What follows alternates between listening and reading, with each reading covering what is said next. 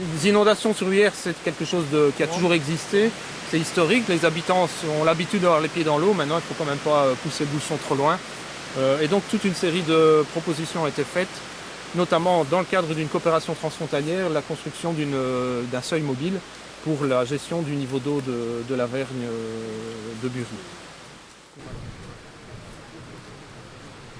Les eaux qui tombent sur le territoire belge retournent vers la France pour ensuite retraverser le territoire du parc naturel des Plaines de l'Escaut. Donc là, il y a un réel besoin de concertation et de gestion transfrontalière.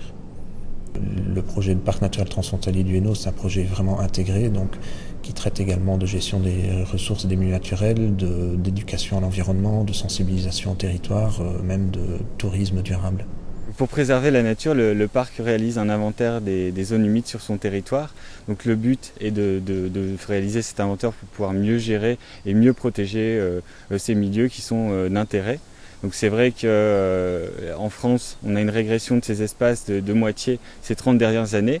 Et ce sont par contre des zones qui ont un rôle réellement important.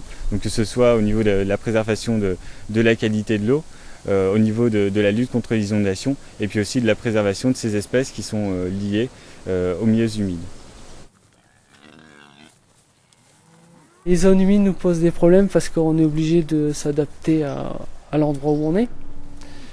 L'entrée dans les champs se fait plus tard que dans certaines zones qui sont plus secs, entre guillemets, quoi. Après aussi les facteurs agronomiques qui sont pas pareils que dans les régions de grande culture, par exemple, et aussi au niveau contraintes parasitaires sur les prairies, et on fait avec, quoi. Localement, on peut avoir quelques difficultés, notamment avec les agriculteurs ou bien les propriétaires de ces secteurs. Il est vrai qu'il y a une crainte qui est forte de réglementation, notamment de réglementation européenne sur les zones humides. Et c'est vrai que ce sont des secteurs qui sont quand même d'intérêt général et qu'il faudrait mettre peut-être en œuvre des systèmes de compensation pour pallier au manque à gagner peut-être sur ces secteurs.